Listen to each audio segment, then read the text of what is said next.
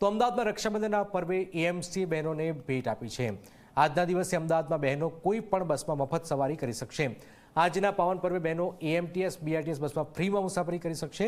મહત્વનું છે કે બહેનો ભાઈના ઘરે સરળતાથી પહોંચી શકે તે માટે એએમસી દ્વારા આ દર વર્ષે આ નિર્ણય કરાય છે।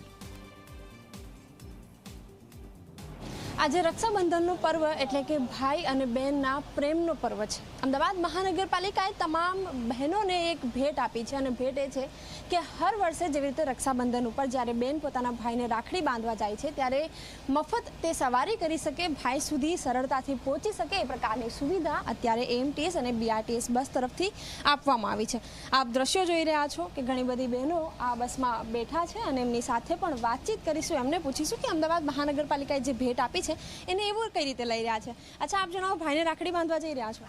હા, અમે ભાઈને રાખડી બાંધવા જઈ રહ્યા છે અને નરેન્દ્રભાઈ મોદીએ અમને ફ્રી સેવા આપી છે। રક્ષાબંધન નિમિત્તે અમે બહુ ખુશ છીએ।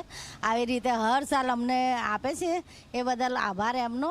ભગવાન એમને ઘણું આપે, સુખ શાંતિ આપે અને સમૃદ્ધિ આપે બધું। બિલકુલ, અમદાવાદ મહાનગરપાલિકાનો જે નિર્ણય છે એને બહેનો પણ વધારી રહી છે, એમની સાથે વાતચીત કરીશું। બહેનોને એક ભેટ આપી છે અમદાવાદ મહાનગરપાલિકાએ કે આજના દિવસે તેઓ મફત સવારી કરી શકે। આપને આ જે યોજના છે, જે રીતે જાહેરાત અમદાવાદ મહાનગરપાલિકાએ કરી છે, કેવી લાગે છે? સારી। તો હા, દર વર્ષે ફ્રીમાં જ હું દર વર્ષે જ જઉં છું। હા, તો ફ્રીમાં જ, ટિકિટ વિકિટ નહીં, એટલે સારું। બિલકુલ, આજના દિવસે એએમટીએસ હોય કે બીઆરટીએસ હોય, મફતમાં સવારી બહેનો કરી શકે અને સરળતાથી પોતાના ભાઈ સુધી પહોંચી શકે, ભાઈને કલાઈ ઉપર રાખડી બાંધી શકે એ પ્રકારની ભેટ અમદાવાદ મહાનગરપાલિકાએ તમામ બહેનોને આપી છે।